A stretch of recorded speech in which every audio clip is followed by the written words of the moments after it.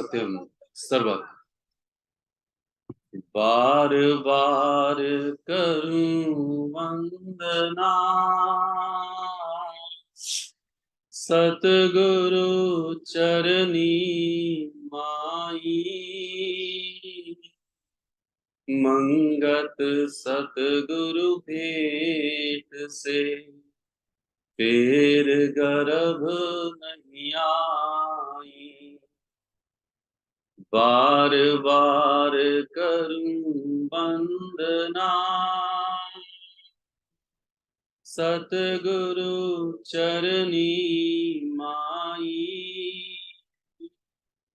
मंगत सतगुरु भेंट से फिर गर्भ नहीं आई।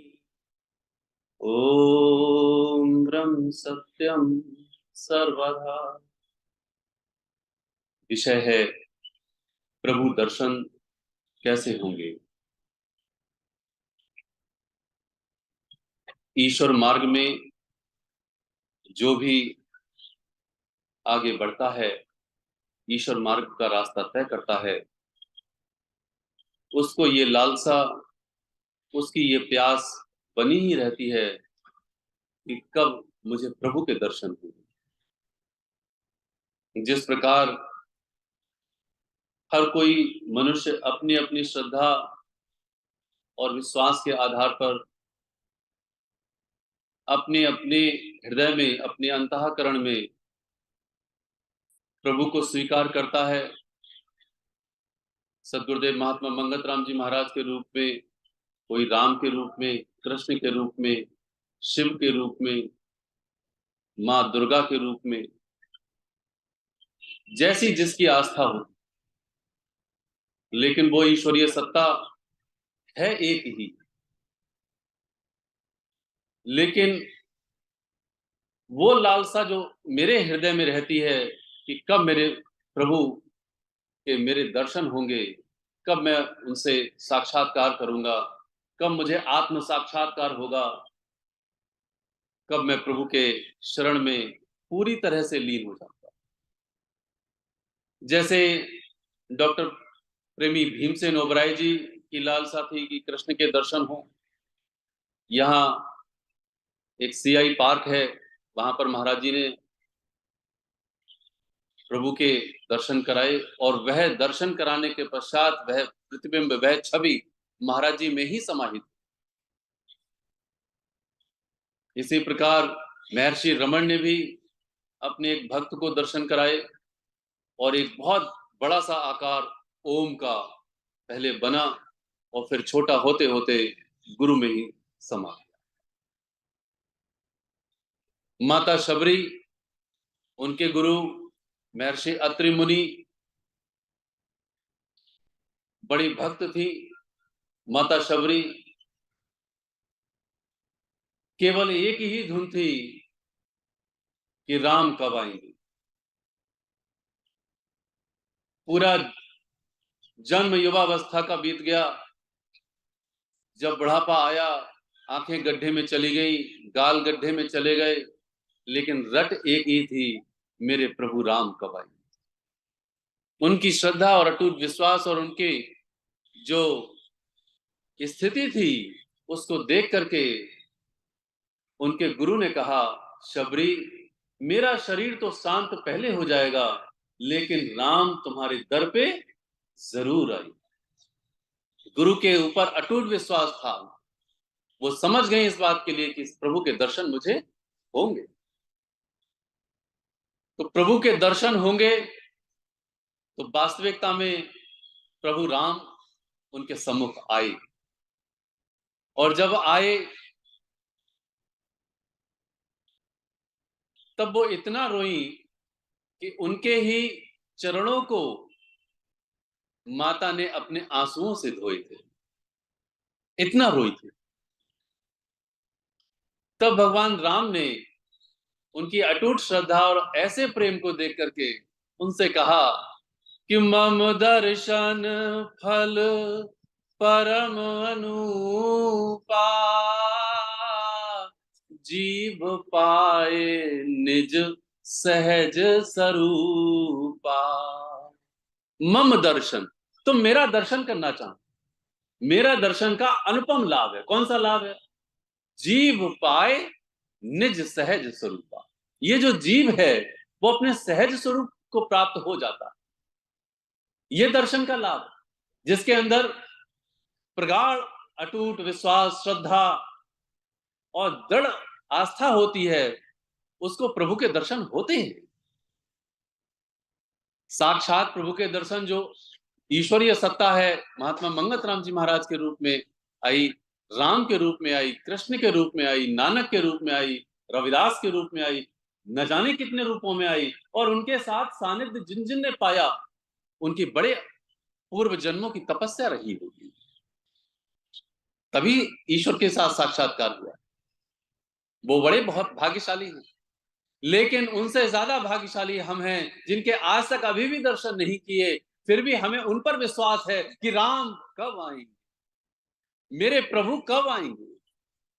इसीलिए आप में से बहुत प्रेमी, बहुत श्रद्धालु सुबह और शाम प्रभु का ध्यान करते हैं, नियमों का पालन करते हैं, सेवा करते हैं, सत्संग श्रवण कर रही हैं, सत्संग श्रवण करते हैं। तो वो जो परम लाभ है दर्शन का, वो वही है कि वह अपने ही स्वरूप में समा जाता है। तो मेरा स्वरूप कैसा है, मेरा स्वरूप कौन सा है, उसके लिए कह रहे हैं कि ईश्वर अंश जीव अविनाशी, चेतन अमल सहज सुख राशि। मैं ईश्वर का अंश, हम सब ईश्वर के अंश हैं। और कैसे हैं? चेतन अमल सहज सुख सुख राशि। चेतनता, हमारे अंदर होश है। अमल, अमल कहते हैं कोई मल नहीं है, कोई गंदगी नहीं है, मैं वो हूं। सहज सुख की राशि, आप में से कोई भी ऐसा नहीं जो सुख प्राप्त ना करना चाहे। हम में, आप में से ही नहीं, पूरे भारत में क्या पूरे विश्व में ऐसा कोई चराचर जीव और जंतु नहीं है, देहधारी नहीं है, जो सुख न प्राप्त करना चाहिए, कोई दुख को प्राप्त नहीं करना चाहिए। यदि कोई दुख को प्राप्त करना चाहता है तो वो भक्त है, और वो इसलिए दुख को प्राप्त करना चाहता है कि मुझे परमात्मा मिल जाए। जो कहानी आती है, जो कथा आती है, वो माता कुंती की आती है कि जब संपूर्ण महाभारत हो गया, पांडव अपने घर आए हस्तिनापुर में, भगवान कृष्ण सम्मुख थे, कुंती को वो बुआ कहते थे। बुआ ने बड़े कष्ट सहे, जो पांडवों की माता थी, युधिष्ठिर, अर्जुन, भीम, नकुल, सहदेव, इन सब की जो माता थी, माता कुंती, उन्होंने बड़े कष्ट सहे। आज भगवान कृष्ण माता कुंती को देख करके द्रवित हो गए और कहने लगे, बुआ हम तुमसे बड़े खुश हैं, मांगो क्या चाहती हो, हम कुछ देना चाहते हैं। माता कुंती ने कहा, हे केशव, हे कृष्ण, यदि तुम देना ही चाहते हो तो मुझे तुम दुख दे दो। भगवान कृष्ण ने अपने माथे पर हाथ रख लिया। अरे बुआ, आपने मांगा भी तो क्या मांगा, दुख? हाथ जोड़ करके कुंती उनके सामने खड़ी हो गई। केशव, दुख में ही तो तुम याद आए, वरना तुम किसको याद आए। हे केशव, दुख में ही तो तुम याद आए, वरना तुम किसको याद आए। दुख में सुमिरन सब करें, सुख में करे न कोई, जो सुख में सुमिरन करे तो दुख का ही को। तुम तो दुख में याद आते हो, इसलिए मैंने दुख मांगा है। तुम मेरे हर पल साथ रहे हो, कोई क्षण, कोई पल ऐसा नहीं है जिसमें तुम हमारे साथ नहीं हो।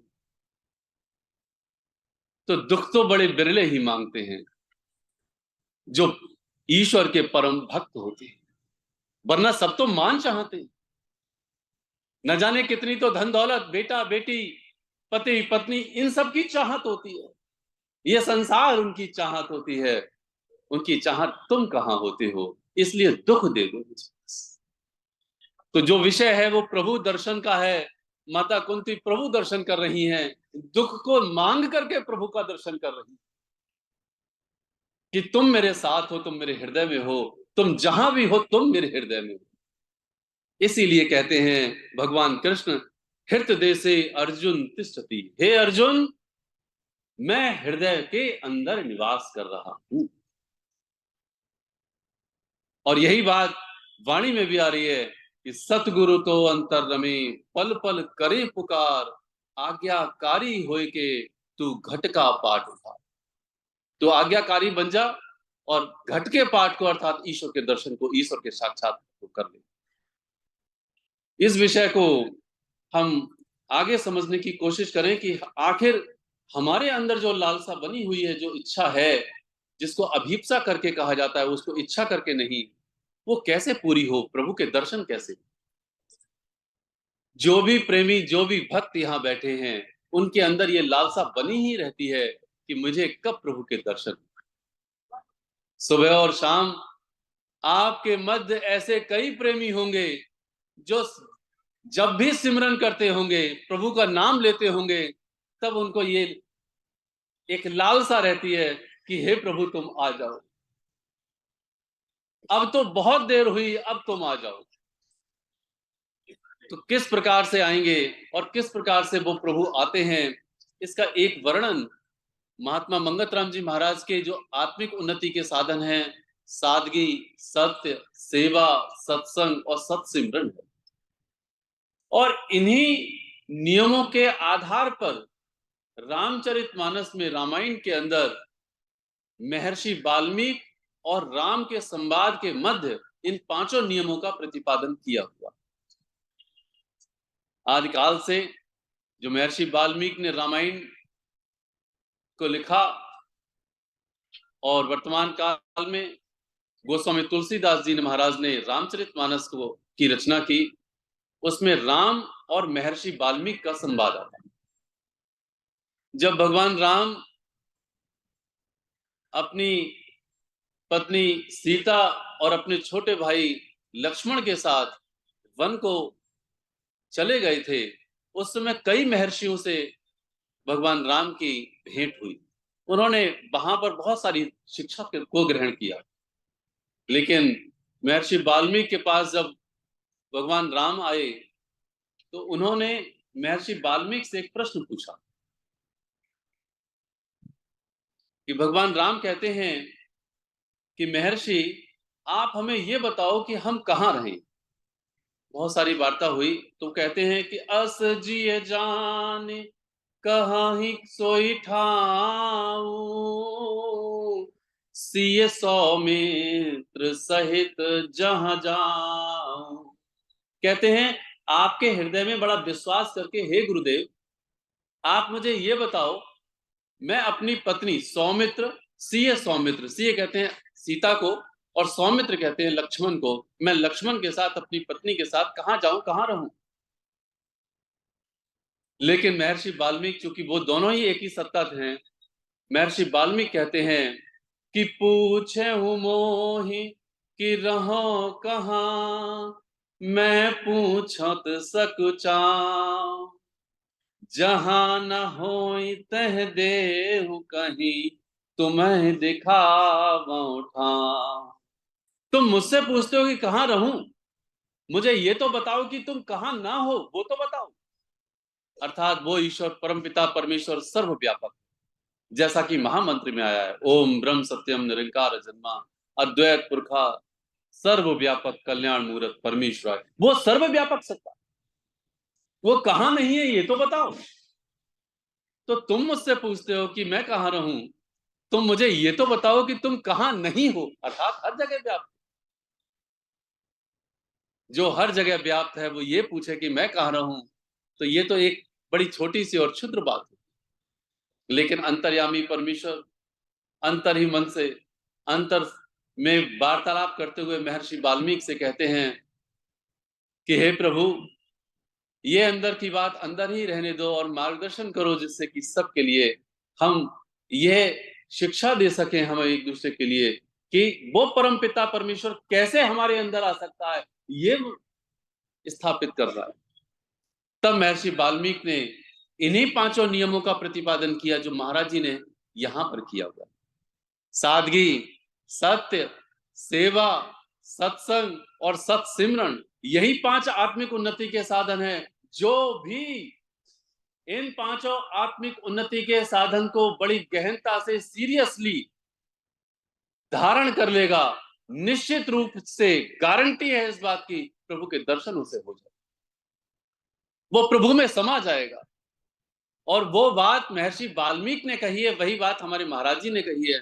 दास संगत के सम्मुख रखने का प्रयास करेगा दोनों शास्त्रों की बात के लिए, जिससे कि आगे हम सबको ये समझ में आए कि हमें इन पांचों नियमों पर रहना है।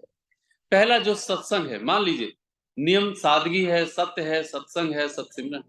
देखो सत्संग की परिपाटी जो अभी हम लोग सुन रहे हैं, गोस्वामी तुलसीदास जी ने अर्थात महर्षि वाल्मीकि ने राम से कहा कि जो सत्संग है वो उसमें लालसा, उसमें इतनी अच्छी मेरे अंदर जागृति होनी चाहिए कि जहां पर भी जो सत्संग मुझे मिले, पूर्ण सत्संग, वो से मुझे सुनना चाहिए। जो शास्त्र के आधार पर सत्संग है वो मुझे सुनना है। और कैसे सुनना है, उसके लिए उन्होंने कहा कि पुनि पुनि कितने हूं सुने सुनाए, जिय की प्यास बुझत न बुझाए। महाराज जी ने सत्संग नित्य प्रति कहा, उसके बाद उससे बड़ा सत्संग साप्ताहिक कहा, साप्ताहिक से बड़ा सत्संग मासिक कहा, और मासिक से बड़ा सत्संग वार्षिक कहा, जो इस समय हम सब सुन रहे हैं। तो सत्संग की परिपाटी जो महाराज जी ने ऐसे की कि गांव गांव नगर नगर महाराज जी घूमे कि आओ और सत्संग श्रवण करो, आओ और सत्संग श्रवण करो और अपने जीवन का कल्याण करो। फिर ग्रंथ श्री समता विलास में कहा कि वह मानुष नहीं पशु से भी बदतर है जिसे सत्संग से प्यार नहीं है। ये बात कोट करने वाली है कि सत्पुरुष इस तरह से वर्णन कर रहे हैं, जो बात वही है जो गोस्वामी तुलसीदास जी ने कही कि जिसे सत्संग से प्यार नहीं है वह मानुष नहीं बल्कि पशु से भी बदतर है। क्योंकि सत्संग में ही सत्य का विचार होता है, क्या सही है क्या गलत है, इस बात का विचार सत्संग में ही होता है। मुझे सत्संग से ही विवेक मिलता है, इसलिए सत्संग की परिपाटी हमने स्थापित की महाराज जी ने, और हम सभी ने उसको ग्रहण किया। तो ये सबसे पहली स्थिति है कि हाँ, हमने सत्संग को श्रवण करना है। सत्संग को श्रवण करने के साथ साथ सेवा करनी है। महाराज जी का नियम है सेवा। महर्षि वाल्मीकि कहते हैं सेवा, वो कैसे कहते हैं कि परहित धर्म सरस नहीं भाई, पर पीड़ा नहीं सम अधिमाई। परहित, दूसरे का हित करना, ये सबसे बड़ा धर्म है, और दूसरे को दुख देना ये सबसे बड़ा पाप है। हम मन से, वचन से, कर्म से न जाने कितने लोगों को दुख देते हैं, बोल करके दुख देते हैं, कर्म करके दुख देते हैं, और अपनी भावनाओं से उसके अंदर प्रेषित करते हैं। मात्र शक्ति से प्रार्थना, भावनाओं को अच्छा करके जब वो भोजन पकाती हैं तो उस भोजन में वह भावनाएं आ जाती हैं। इसीलिए आज तक घर में बनाया हुआ भोजन इतना स्वाद का नहीं बन पाया जितना आज हम लंगर में ग्रहण करते हैं। ये भावना है। तो हम अपने अंदर की भावना को देखें, जब भी भोजन पकाएं मातृशक्ति, तो प्रभु का गुणगान करें, प्रभु की महिमा का गायन करें। शब्द हम लगा लें, जैसे कि शब्द सुने, कोई प्रवचन लगा लें, बहुत सारे प्रवचन, उनको लगाएं, उसको सुने और तब भोजन पकाएं। आप देखेंगी कि आगे आने वाले समय में उसी भोजन को जो ग्रहण करता है उसका मन बदलने लगता है। तो ये है सेवा। तन से करें सेवा, धन से करें और मन से करें। इस प्रकार से सेवा का सोपान है। इसलिए महाराज जी ने कहा, सेवा तुल नहीं धर्म है, सेवा तुल नहीं ज्ञान, मंगत सेवा धर्म से, हरि भरम बिख खान। ये सेवा का सोपान है, इसके समान कोई धर्म नहीं। जब संपूर्ण यज्ञ हो गया महाभारत में जब संपूर्ण लड़ाई हो गई, युद्ध हो गया, तो एक बाद में बहुत बड़ा यज्ञ का आयोजन हुआ। उस यज्ञ के आयोजन में सबने अपनी अपनी सेवा ले ली। भगवान कृष्ण ने कोई सेवा नहीं दी गई उनको। तो उन्होंने हाथ जोड़ के कहा, राजन, उस समय राजा युधिष्ठिर थे, उन्होंने कहा, राजन, आपने सबको सेवाएं दे दी, मुझे कोई सेवा नहीं दी। बोले, नहीं महाराज, आप तो प्रभु हैं, आप तो, आपके मार्गदर्शन में ही सब कुछ हो रहा है, पूरा युद्ध हुआ, ये यज्ञ भी आपके मार्गदर्शन में होगा, यही आपकी सेवा। बोले, नहीं, कोई ना कोई सेवा। बोले, ठीक है, जो आपको अच्छी लगे, जो आपको सुहाए, वो आप सेवा लेंगे। तो बोले, ठीक है राजन, इस यज्ञ में जो भी भोजन ग्रहण करेंगे उनकी झूठी पत्तल हम उठाएंगे।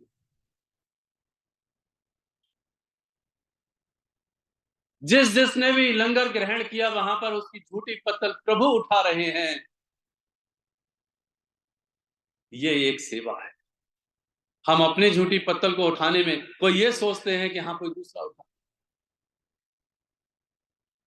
क्या विचार करते हैं इस बात के लिए हमने अपनी भी उठानी है और दूसरों की भी उठानी। ये है सेवा। पहले सेवा करें, उसके पश्चात हम ग्रहण करें। यह है सही मायने में विचार, यह है शुद्ध विचार और सत्विचार। इसलिए सेवा करें। और आगे कहते हैं, एक ईश्वर पर विश्वास हो। जो अभी आदरणीय प्रेमी ईश्वर विश्वास पर अपना विचार रखे गए, उसी में कहते हैं, एक प्रभु पर भरोसा ही होना चाहिए, वही उनका ही आधार है। मेरा बोल तोल आचार विचार केवल और केवल एक ईश्वर विश्वास में होता है। आज तो हम दोहरी राजनीति करते हैं, ऊपर से कुछ और बोलते हैं और अंदर कुछ और होता है। आगे हम चापलूसी कर रहे होते हैं और अंदर हमारे द्वेष भरा होता है। दोहरी राजनीति है, डबल फेस नहीं, ट्रिपल फेस रखते हैं हम। उससे कुछ और कह देते हैं, दूसरे से जाके कुछ और कह देते हैं उसी के बारे में, और फिर आनंद उठाते हैं। अपनी ही तारीफ चाहते हैं और अपनी तारीफ झूठी करवाना भी लगने लग जाते हैं, दूसरे को नीचा दिखाते हैं। महाराज जी कहते हैं, प्रेमी ये हर वशर को अपने से श्रेष्ठ समझते हैं। ये महाराज जी के शब्द हैं। प्रेमी ये हर वशर को अपने से श्रेष्ठ समझते हैं। वशर कहते हैं हर मनुष्य को, हर प्रेमी को अपने से ऊंचा समझते हैं। ये वो परम सत्ता कह रही है जो पूरे ब्रह्मांड की मालिक है।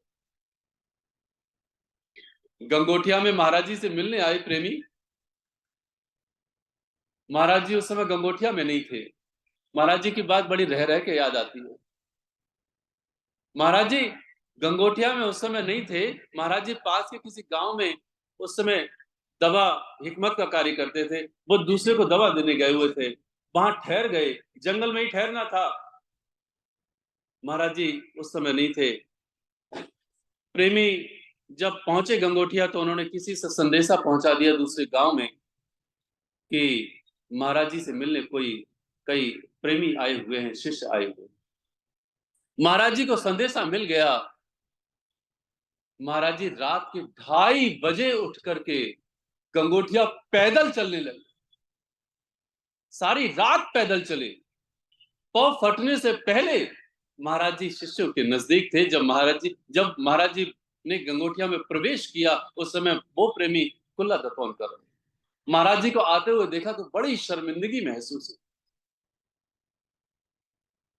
और अपने आप पे पश्चाताप हुआ कि हमने गलत संदेशा भेज दिया। हमको गुरु के पास जाना चाहिए, गुरु को हमारे पास नहीं आना चाहिए। अब महाराज जी क्या कहते हैं, उनकी भावनाओं को समझ करके, उनके हर स्थिति को समझ करके महाराज जी कहते हैं, प्रेमियों, शिष्यों की खातिर प्रभु प्रेमियों की खातिर ये अपने सर के बल भी चल करके आ सकते हैं। ये ईश्वर की बात है, ये प्रभु की बात है। और हमारा क्या हाल है, ये जरा आकलन करें अपना, कि हम किस स्थिति में खड़े हुए हैं और हमने अपने गुरु को यहां अपने अंदर बिठाया हुआ है। हम उनका कितना मार्गदर्शन कर रहे हैं। चाहे राम को देखें, चाहे कृष्ण को देखें, चाहे रामकृष्ण परमहंस को देखें, महर्षि रमन को देखें, चाहे महात्मा मंगत राम जी महाराज को देखें, उनके जीवन को पढ़ करके देखें, उन्होंने किस कदर संपूर्ण कुल कायनात की सेवा की है, खिदमत की है। हम उल्टी सेवा करवाना चाहते हैं बजाय सेवा करने के। एक ईश्वर का भरोसा रख करके, ये ईश्वर का भरोसा है। इसलिए कहते हैं कि गुण तुम्हार, ये महर्षि वाल्मीकि कह रहे हैं कि गुण तुम्हारे समुझई निज दोसा, जेहि सब भांति तुम्हार भरोसा। केवल तुम्हारा भरोसा हो प्रभु, केवल तुम्हारा भरोसा। यदि कोई सेवा कर रहा है, बड़ी अच्छी बात है, तो वो प्रभु के आगे नतमस्तक होगा कि हे प्रभु, ये तुम्हारी देन है जो हम सेवा कर पा रहे हैं। कोई सादगी में है तो वो प्रभु के आगे नतमस्तक होगा, दंडवत प्रणाम करेगा, हे प्रभु मेरे जीवन को सादा बना दिया, ये तुम्हारी देन है, मेरा इसमें कोई बल नहीं है। हर हाल में जो मेरे गुण हैं वो किसके द्वारा हैं? प्रभु के द्वारा हैं। गुण तुम्हार समझई निज दोसा। ये महर्षि वाल्मीकि कहते हैं राम से कि हे राम, जो गुण हैं वो तुम्हारे अधीन वह मनुष्य देखे, और जो दोष हैं वह अपने अधीन देखे। उनके हृदय में जाकर के तुम बस जाओ, वहां जाकर के तुम रहो। किसके अंदर? जिसको केवल तुम्हारा भरोसा है और कोई भरोसा नहीं। इसलिए कहते हैं महाराज जी ने पहला जो नियम दिया सादगी का, वो यही कहते हैं कि जो इच्छा कम से कम रखे, जिसके अंदर सबसे कम इच्छाएं होंगी, किस चीज की? सादा आहार, सादा लिबास और सादा वचन। ये सादगी जब आएगी तब जाकर के प्रभु परमात्मा इस मन में आ जाएंगे, इस हृदय में आ जाएंगे। मन में सादगी आन समाई, तब ही सादा जीवन पाई। पहले मन में सादगी आएगी, उसके बाद जो है वो प्रभु परमात्मा मेरे हृदय में आ जाएंगे।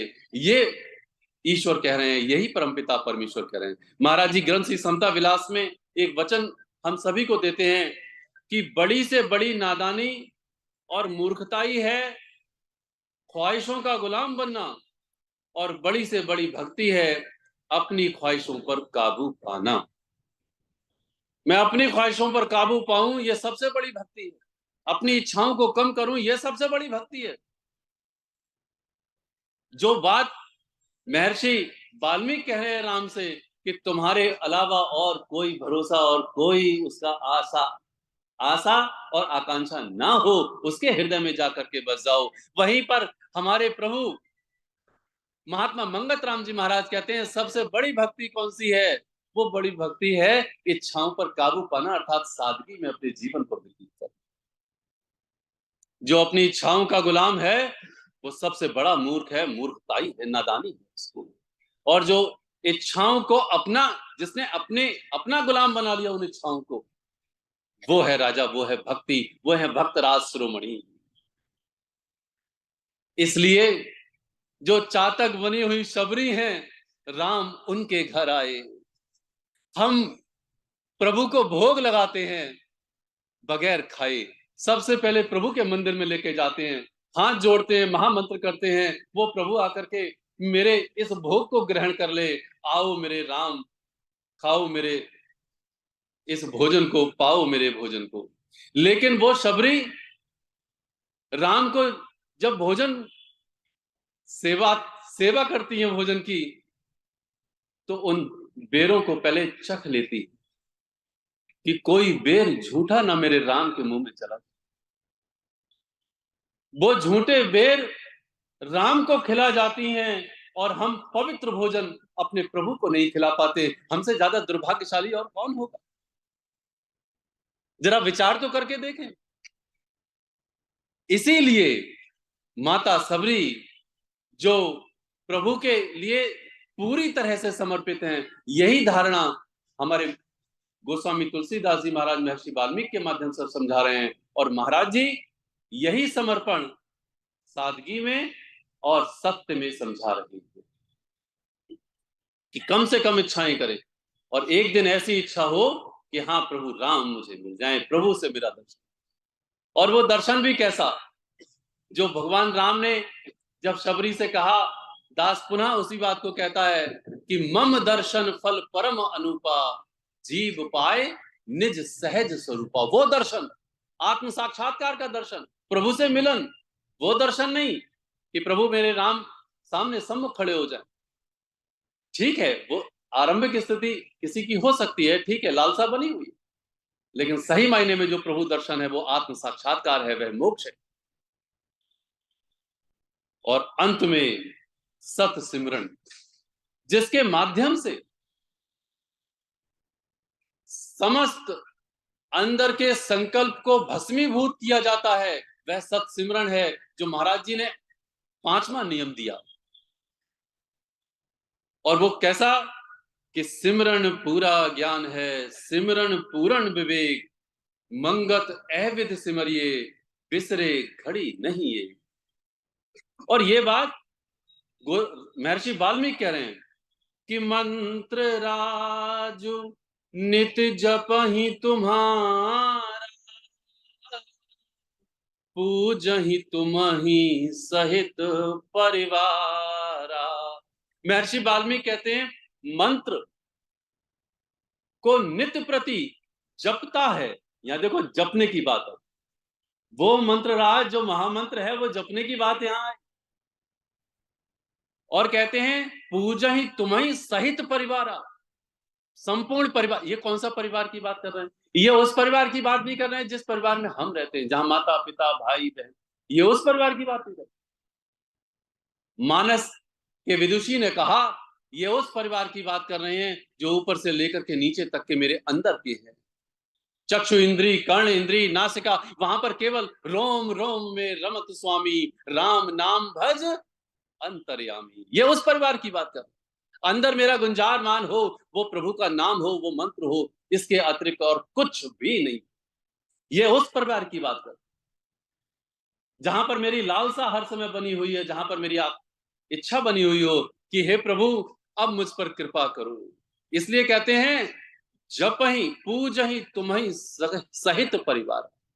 ऐसे परिवार से वो, ऐसे संपूर्ण स्थिति से वो परमात्मा के मंत्र का जाप करे।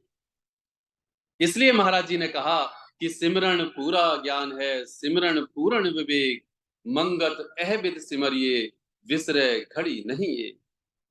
तो इस प्रकार जब वो परमपिता परमेश्वर को हम भजते हैं, तब जाकर के वो ईश्वर हमारे हृदय में आ जाता है।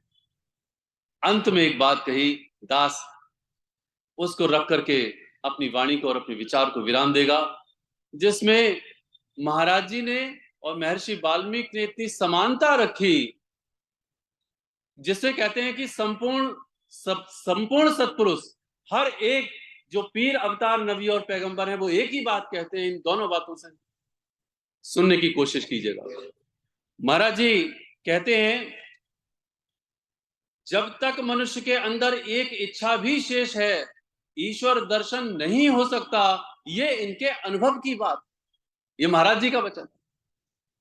जब तक मनुष्य के अंदर एक इच्छा भी शेष है, तब तक ईश्वर दर्शन नहीं हो सकता। ये इनके अनुभव की बात, वो ईश्वर दर्शन की बात कर रहे हैं, लेकिन इच्छा रहित स्थिति में। और यही बात गोस्वामी तुलसीदास जी महर्षि वाल्मीकि के माध्यम से कहते हैं कि जाहि न चाहि कबहु कछु, तुम सन सहज स्नेह, बसहु निरंतरता सुमनु, सोराउर निज गे।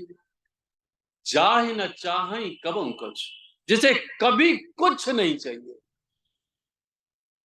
यानी कि पूरे संपूर्ण ब्रह्मांड में उसकी कोई लालसा नहीं है, एक भी रत्ती भर चीज की, ना मांग की, ना घर की, ना बेटे की, ना बेटी की, ना अपनी जान की, वो केवल परम पिता परमेश्वर को चाहता है, बस।